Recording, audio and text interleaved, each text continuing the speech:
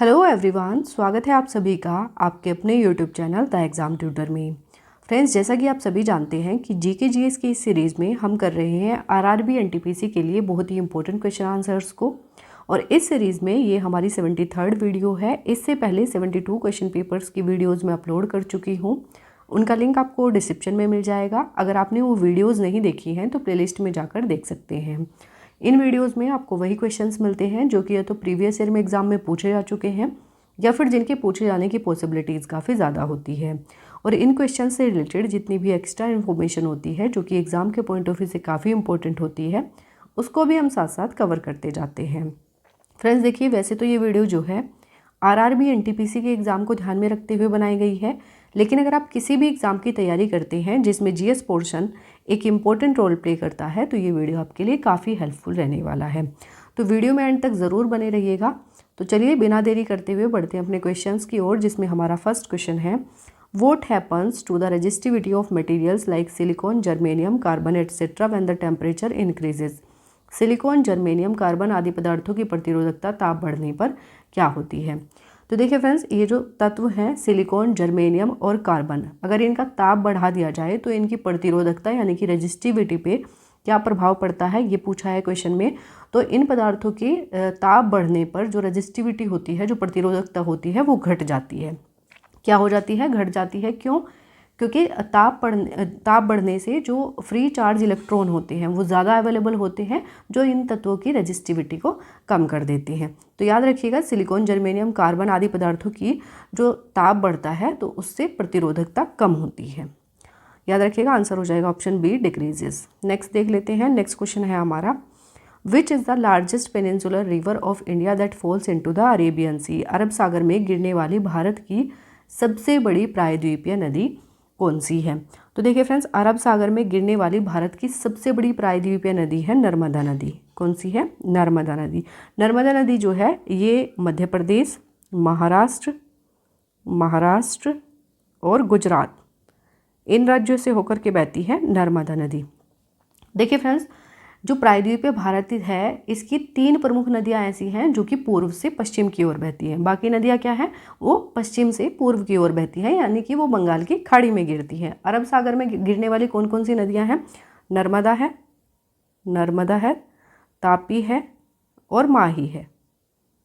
तापी और माही। तो याद रखिएगा, ये जो नदियां हैं ये पूर्व से पश्चिम की ओर बहती हैं। इस क्वेश्चन का आंसर हो जाएगा हमारा ऑप्शन सी, नर्मदा नदी। नेक्स्ट देख लेते हैं। नेक्स्ट क्वेश्चन है हमारा, Kailashnath temple located in south India was built by the which ruler. दक्षिण भारत में स्थित कैलाशनाथ मंदिर किस शासकों के द्वारा निर्मित है। तो देखिए फ्रेंड्स, दक्षिण भारत में जो स्थित है कैलाशनाथ का मंदिर, कैलाशनाथ मंदिर जो है ये कांचीपुरम में स्थित है। कहाँ पर स्थित है? कांचीपुरम में स्थित है। और कांचीपुरम कहाँ पर है? तो ये है तमिलनाडु में। तमिलनाडु में स्थित है कांचीपुरम, और कांचीपुरम में स्थित है कैलाशनाथ मंदिर। और इस कैलाशनाथ मंदिर का निर्माण किसके द्वारा करवाया गया था? तो पल्लव शासक नरसिंह द्वितीय के द्वारा जो है इसका निर्माण करवाया गया था। नरसिंह द्वितीय को राज सिंह के नाम से भी जाना जाता है। किसके नाम से? राज सिंह के नाम से भी जाना जाता है। और ये जो कैलाशनाथ मंदिर है ना, ये किसको समर्पित है? तो ये भगवान शिव को समर्पित है। किसके द्वारा निर्माण करवाया गया? नरसिंह द्वितीय के द्वारा जो है इसका निर्माण करवाया गया। और ये जो नरसिंह द्वितीय हैं ये कौन थे? ये पल्लव शासक थे। याद रखिएगा। देखिए फ्रेंड्स, कैलाशनाथ मंदिर जो है एक और भी है जो कि एलोरा में स्थित है, और उसका निर्माण किसके द्वारा करवाया गया था? तो कृष्ण प्रथम के द्वारा। कृष्ण प्रथम जो कि एक राष्ट्रकूट राजा थे। याद रखिएगा, उसका निर्माण किसके द्वारा करवाया गया था? कृष्ण प्रथम के द्वारा। इस क्वेश्चन का आंसर हो जाएगा हमारा option B, Pallava ruler. Next देख लेते हैं, monsoon retreat occurs due to. Monsoon निवर्तन होता है। तो देखिए फ्रेंड्स, मॉनसून निवर्तन क्या होता है? मॉनसून निवर्तन वो होता है जब भारत से मॉनसून वापस लौटता है, तो उसी प्रक्रिया को क्या कहा जाता है? मॉनसून निवर्तन कहा जाता है। अब देखिए फ्रेंड्स, जो मॉनसून आता है भारत में तो ये जून के प्रथम सप्ताह में भारत में प्रवेश करता है, और नवंबर के अंत तक जो है ये पूरे भारत से लौट जाता है, वापस लौट जाता है। अब देखिए, ये पूछा है इसमें अकर्स ड्यू टू, किसके कारण जो है मॉनसून रिट्रीट होता है। तो उत्तर पश्चिम भारत से ये आता है, उत्तर पश्चिम भारत से आएगा और बंगाल की खाड़ी से होकर के जो है ये वापस लौट जाता है। तो यही पूछा है इसमें। आंसर हो जाएगा हमारा option D, north west India to Bay of Bengal. Option D will be the right answer. Next देख लेते हैं। नेक्स्ट क्वेश्चन है हमारा, which of the following text gives information about the Gupta period. निम्नलिखित में से किस ग्रंथ से गुप्त काल के बारे में जानकारी मिलती है।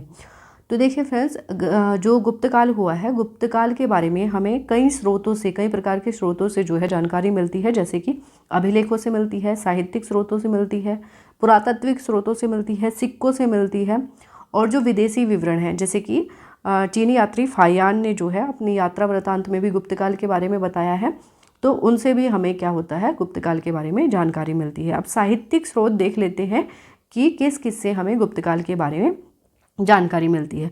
तो देखिए फ्रेंड्स, मुद्रा राक्षस और मृच्छकटिकम,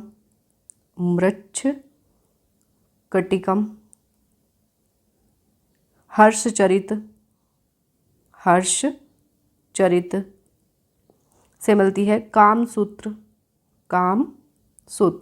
तो ये कुछ साहित्यिक स्रोत हैं जिनसे हमें गुप्त काल के बारे में जानकारी मिलती है। अब ऑप्शंस देख लेते हैं। तो इसमें देखिए, मृच्छकटिकम हो जाएगा, मुद्रा राक्षस हो जाएगा। तो इस क्वेश्चन का आंसर बनेगा हमारा option D, A and B दोनों। तो याद रखिएगा क्या होगा इस क्वेश्चन का आंसर, ऑप्शन डी। नेक्स्ट देख लेते हैं। नेक्स्ट क्वेश्चन है हमारा, Pancharatra is related to which religion. Pancharatra का संबंध किस धर्म से है। तो पंचरात्र का संबंध जो है ये हिंदू धर्म के वैष्णव संप्रदाय से है। किससे? वैष्णव संप्रदाय से है, हिंदू धर्म के। पंचरात्र संबंधित है वैष्णव संप्रदाय से। Option A will be the right answer. Next देख लेते हैं। नेक्स्ट क्वेश्चन है हमारा, when was the environment protection act passed in India. Bharat में पर्यावरण संरक्षण अधिनियम कब पारित किया गया था। तो भारत में पर्यावरण संरक्षण अधिनियम पारित किया गया था 19 नवंबर 1986 में। 19 नवंबर 1986 में जो है भारत में पर्यावरण संरक्षण अधिनियम जो है ये पारित किया गया था। और इसका उद्देश्य क्या था, तो पर्यावरण की सुरक्षा और उसमें सुधार करना, और इसके साथ ही साथ प्रदूषण की रोकथाम और नियंत्रण करना जो है इस पर्यावरण संरक्षण अधिनियम का उद्देश्य था। कब पारित किया गया था, तो 19 नवंबर 1986 में जो है इसको पारित किया गया था। आंसर हो जाएगा ऑप्शन सी, 1986 ईस्वी। नेक्स्ट देख लेते हैं, ग्रेफीन क्या होता है। तो देखिए फ्रेंड्स, ग्रेफीन जो है ये क्या है, नैनो मॉडल ऑफ कार्बन, यानी कि कार्बन का नैनो प्रतिरूप होता है जो ग्रेफीन होता है। आंसर हो जाएगा ऑप्शन बी। नेक्स्ट क्वेश्चन है हमारा, when was the amendment related to the anti defection act passed. दल बदल अधिनियम संबंधित संशोधन कब पारित किया गया था। तो देखिए फ्रेंड्स, दल बदल क्या होता है कि किसी के भी एक संघ को छोड़कर विरोधी समूह में शामिल होने को दल बदल कहा जाता है। यानी कि उसने अपना दल बदल लिया है, समूह बदल लिया है या संघ बदल लिया है, उसी को कहा जाता है दल बदल। अब ये दल बदल अधिनियम संबंधित जो संशोधन हुआ था ये कब पारित हुआ था, तो ये हुआ था 52वां संविधान संशोधन हुआ था। कब हुआ, 1985 में। कब हुआ था, 1985 में जो है 52वां संविधान संशोधन हुआ था। और ये किससे संबंधित था, तो दल बदल अधिनियम संबंधित संशोधन था ये। और इसको 2002 में इसको फिर से लागू किया गया था। याद रखिएगा पारित कब हुआ था, तो ये हुआ था 1985 ईस्वी में। Option B. नेक्स्ट देख लेते हैं। नेक्स्ट क्वेश्चन है हमारा, which of the following elements has the most isotopes. निम्नलिखित में से किस तत्व का सर्वाधिक समस्थानिक होता है। तो देखिए फ्रेंड्स, समस्थानिक क्या होते हैं, तो समस्थानिक जो है ये एक ही तत्व के परमाणु होते हैं जिनमें प्रोटॉनों की संख्या जो है समान होती है लेकिन न्यूट्रॉनों की संख्या भिन्न भिन्न होती है। तो याद रखिएगा इसमें से किस तत्व का सर्वाधिक समस्थानिक होता है, तो पोलिनियम के समस्थानिक जो है ये सबसे ज़्यादा होते हैं। इस क्वेश्चन का आंसर हो जाएगा ऑप्शन डी। नेक्स्ट देख लेते हैं, the only Indian who has been awarded Nobel prize in the field of physics. एकमात्र भारतीय जिसे भौतिकी के क्षेत्र में नोबेल पुरस्कार प्रदान किया गया है। तो देखिए फ्रेंड्स, एकमात्र भारतीय वो कौन हुए हैं जिन्हें भौतिकी के क्षेत्र में नोबेल पुरस्कार से सम्मानित किया गया है, तो ये हुए हैं वेंकटरमन रामकृष्ण। वेंकटरमन रामकृष्ण को जो है भौतिकी के क्षेत्र में नोबेल पुरस्कार से सम्मानित किया गया था। और कब किया गया था, तो 1930 में। आंसर हो जाएगा हमारा option A, Venkataraman Ramakrishnan. Next question की तरफ बढ़ते हैं, issuing writs falls under which jurisdiction of the supreme court. Writ जारी करना उच्चतम न्यायालय के किस क्षेत्राधिकार में आता है। तो देखिए फ्रेंड्स, जो रिट है, रिट कितने प्रकार की होती हैं? 5 प्रकार की होती हैं। और हमारे देश में जो हाई कोर्ट है और सुप्रीम कोर्ट, इनको रिट जारी करने का अधिकार प्राप्त है। हाई कोर्ट को आर्टिकल 226 के तहत, आर्टिकल 226 के तहत, और सुप्रीम कोर्ट को आर्टिकल 32 के तहत जो है रिट जारी करने का अधिकार प्राप्त है। और ये इस क्वेश्चन में पूछा है कि रिट जारी करना उच्चतम न्यायालय के किस क्षेत्राधिकार में आता है? तो ये आता है रिट ज्यूरिसडिक्शन के क्षेत्राधिकार में। किसमें? न्यायाधीश क्षेत्राधिकार के अंतर्गत आता है सुप्रीम कोर्ट का जो रिट जारी करने का अधिकार है। आंसर हो जाएगा हमारा option B, writ jurisdiction. Next देख लेते हैं। नेक्स्ट क्वेश्चन है हमारा, what will be produced by burning hydrogen? Hydrogen को जलाने से क्या बनेगा? तो हाइड्रोजन को जलाने से जो है क्या बनता है? वाटर बनता है। आंसर हो जाएगा ऑप्शन ए, वाटर। नेक्स्ट देख लेते हैं। नेक्स्ट क्वेश्चन है हमारा, which type of forest is found in the largest area in India? Bharat में किस प्रकार का वन सर्वाधिक भाग में पाया जाता है? तो भारत में किस प्रकार का वन सर्वाधिक भाग में पाया जाता है? तो ये पाया जाता है ट्रॉपिकल डेसिडुअस फॉरेस्ट। उष्ण कटिबंधीय पर्णपाती वन जो है ये भारत के सर्वाधिक भाग में पाए जाते हैं। आंसर हो जाएगा ऑप्शन बी। नेक्स्ट देख लेते हैं। नेक्स्ट क्वेश्चन है हमारा, Kalinga ruler Kharavela was follower of which religion? Kalinga शासक खारवेल किस धर्म का अनुयायी था? तो देखिए, कलिंग शासक जो खारवेल था ये जैन धर्म का अनुयायी था। किसका? जैन धर्म का अनुयायी था। आंसर हो जाएगा ऑप्शन बी। नेक्स्ट क्वेश्चन है हमारा, what is the southern most point of the Indian mainland? Bharat की मुख्य भूमि का दक्षिणतम बिंदु क्या है? तो इसमें देखिए फ्रेंड्स, कंफ्यूज मत होइएगा, मुख्य भूमि का दक्षिणतम बिंदु पूछा है। तो भारत की जो मुख्य भूमि का दक्षिणतम बिंदु है ये है कन्याकुमारी में केप कोमोरिन। कन्याकुमारी का केप कोमोरिन जो है ये भारत की मुख्य भूमि का दक्षिणतम बिंदु है। अगर पूछा जाए कि भारत का दक्षिणतम बिंदु क्या है तो आंसर हो जाएगा इंदिरा पॉइंट, जो कि अंडमान एंड निकोबार आइलैंड में है। याद रखिएगा, इस क्वेश्चन का आंसर होगा हमारा ऑप्शन बी, कन्याकुमारी। नेक्स्ट देख लेते हैं। नेक्स्ट क्वेश्चन है हमारा, which one is not included in the triple vaccine DPT? Triple vaccine DPT में कौन सा एक नहीं होता है? तो देखिए फ्रेंड्स, डीपीटी इसका मतलब होता है डिफ्थीरिया, डिफ्थीरिया, पर्टुसिस, पर्टुसिस और टिटनस। तो इसमें पूछा है कि ऑप्शंस में से इनमें से कौन सा इसमें इंक्लूड नहीं है। तो डिफ्थीरिया तो हो जाएगा, जॉन्डिस नहीं होता है, पर्टुसिस होता है और टिटनस होता है। तो इस क्वेश्चन का आंसर बनेगा हमारा ऑप्शन बी, जॉन्डिस।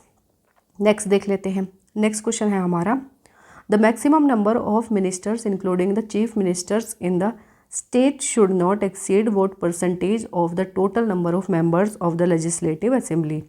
राज्यों में मुख्यमंत्री समेत मंत्रियों की अधिकतम संख्या विधानसभा की कुल सदस्य संख्या के कितने प्रतिशत से अधिक नहीं होनी चाहिए? तो देखिए फ्रेंड्स, राज्यों की बात की गई है। राज्यों में मुख्यमंत्री समेत मंत्रियों की जो अधिकतम संख्या है वो विधानसभा की कुल सदस्य संख्या के 15% से ज़्यादा नहीं होनी चाहिए। तो इस क्वेश्चन का आंसर हो जाएगा ऑप्शन सी, 15%। नेक्स्ट देख लेते हैं।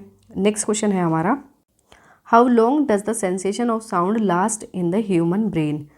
ध्वनि के संवेदन का प्रभाव मानव के मस्तिष्क में कितने समय तक रहता है? तो ध्वनि के जो संवेदन का प्रभाव है मानव के मस्तिष्क में ये 1/10 सेकेंड तक रहता है। कितने? 1/10 ऑफ सेकेंड तक जो है ध्वनि का प्रभाव मानव के मस्तिष्क में रहता है। आंसर हो जाएगा हमारा ऑप्शन बी। नेक्स्ट देख लेते हैं। नेक्स्ट क्वेश्चन है हमारा, where is the capital of Venezuela? Venezuela की राजधानी कहाँ है? तो देखिए फ्रेंड्स, ये जो वेनेजुएला है, वेनेजुएला जो है ये दक्षिण अमेरिका का एक देश है। दक्षिण अमेरिका के उत्तर में स्थित है वेनेजुएला, और इसकी जो राजधानी है, इसकी राजधानी है कैरेकस। क्या है? कैरेकस इसकी राजधानी। करेंसी क्या है? बोलीवर। बोलीवर जो है इसकी करेंसी है। याद रखिएगा, आंसर हो जाएगा ऑप्शन ए, कैरेकस जो है ये वेनेजुएला की राजधानी है।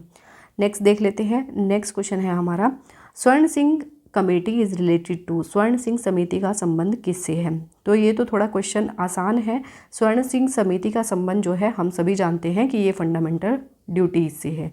स्वर्ण सिंह समिति की सिफारिशों के आधार पर ही जो है जो भारतीय संविधान है उसमें जो हमारे मूल कर्तव्य हैं उनको ऐड किया गया था। जो हमारे मूल संविधान था उसमें मूल कर्तव्य नहीं थे, यानी कि फंडामेंटल ड्यूटीज़ नहीं थी। उनको 42वें संविधान संशोधन 1976 के तहत जो है स्वर्ण सिंह समिति की सिफारिशों के आधार पर भारतीय संविधान में ऐड किया गया था। और जो फंडामेंटल ड्यूटीज़ हैं ये किस देश के संविधान से ली गई हैं, तो ये ली गई हैं रसिया की संविधान से। ये याद रखिएगा, इस क्वेश्चन का आंसर हो जाएगा हमारा ऑप्शन सी। नेक्स्ट देख लेते हैं। नेक्स्ट क्वेश्चन है हमारा, which of the following soil is most suitable for T cultivation. चाय की खेती के लिए निम्नलिखित में से कौन सी मिट्टी सबसे उपयुक्त है। तो चाय की खेती के लिए जो एसिडिक सॉइल होती है, अम्लीय जो मृदा होती है, वो सबसे उपयुक्त मानी जाती है। और अम्लीय मृदा में भी अगर पूछा जाए तो लैटेराइट सॉइल जो है ये चाय की खेती के लिए सबसे उपयुक्त मानी जाती है। आंसर हो जाएगा हमारा ऑप्शन ए, एसिडिक सॉइल। नेक्स्ट देख लेते हैं। नेक्स्ट क्वेश्चन है हमारा, when is world blood donation day celebrated. विश्व रक्तदान दिवस कब मनाया जाता है। तो देखिए friends, world blood donation day जो है ये मनाया जाता है 14 जून को। कब मनाया जाता है? 14 जून को वर्ल्ड ब्लड डोनेशन डे मनाया जाता है। 7 मई को क्या मनाया जाता है? तो वर्ल्ड एथलेटिक्स डे मनाया जाता है 7 मई को। 12 जून को क्या मनाया जाता है? World day for child labour यानी कि बाल श्रम निषेध दिवस मनाया जाता है। कब? 12 जून को। 9 मई को क्या मनाया जाता है? तो 9 मई को मनाया जाता है विक्ट्री डे यानी कि विजय दिवस मनाया जाता है 9 मई को। वर्ल्ड ब्लड डोनेशन डे मनाया जाता है 14 जून को। Option D will be the right answer. Next देख लेते हैं। नेक्स्ट क्वेश्चन है हमारा, the inner pillar inscription is related to which ruler. भीतरी स्तंभ अभिलेख किस शासक से संबंधित है? भीतरी स्तंभ अभिलेख जो है ये संबंधित है स्कंदगुप्त से। किससे? स्कंदगुप्त से संबंधित है भीतरी स्तंभ अभिलेख। और ये कहाँ पर स्थित है? ये जो भीतरी स्तंभ अभिलेख है ये उत्तर प्रदेश के गाजीपुर में स्थित है। कहाँ पर? उत्तर प्रदेश के गाजीपुर जिले में स्थित है भीतरी स्तंभ अभिलेख। आंसर हो जाएगा हमारा ऑप्शन बी। किससे संबंधित है? स्कंदगुप्त से। नेक्स्ट देख लेते हैं। नेक्स्ट क्वेश्चन है हमारा, the amount of light entering the I is controlled by which of the following organs. नेत्र में प्रवेश करने वाले प्रकाश की मात्रा का नियंत्रण निम्नलिखित में से किस अंग द्वारा किया जाता है? तो देखिए फ्रेंड्स, नेत्र में प्रवेश करने वाला जो प्रकाश होता है उसकी मात्रा का नियंत्रण किया जाता है आइरिस के द्वारा। किसके द्वारा? आइरिस के द्वारा जो है नेत्र में जो प्रवेश करने वाले प्रकाश है या लाइट है उसकी मात्रा का नियंत्रण किया जाता है आइरिस के द्वारा। Option D will be the right answer. Next question है हमारा, तो देखिए फ्रेंड्स, नेक्स्ट जो है ये हमारा क्वेश्चन ऑफ द डे है और इस क्वेश्चन का आंसर आपको कमेंट बॉक्स में कमेंट करके देना है। तो देख लेते हैं इसमें कौन सा क्वेश्चन दिया है। Kalinga ruler Kharavela was a follower of which religion. Kalinga शासक खारवेल किस धर्म का अनुयायी था? ऑप्शंस हैं बुद्धिस्ट, जैन, हिंदू या फिर सिख। तो इस क्वेश्चन का आंसर आपको कमेंट बॉक्स में कमेंट करके देना है। और आप मुझे कमेंट बॉक्स में कमेंट करके ये भी ज़रूर बताइएगा कि इन 25 क्वेश्चंस में से आपके कितने क्वेश्चन सही हुए हैं। मुझे आपके कमेंट्स का इंतज़ार रहेगा। तो अब हम इस वीडियो को यहीं पर सम अप करते हैं। आई होप ये वीडियो आपको पसंद आई होगी और ये वीडियो आपको अच्छी लगती है, हेल्पफुल लगती है तो वीडियो को लाइक और चैनल को सब्सक्राइब जरूर कर दीजिएगा। मिलेंगे नेक्स्ट वीडियो में नए क्वेश्चंस के साथ। तब तक के लिए wish you all the best, take care and thank you.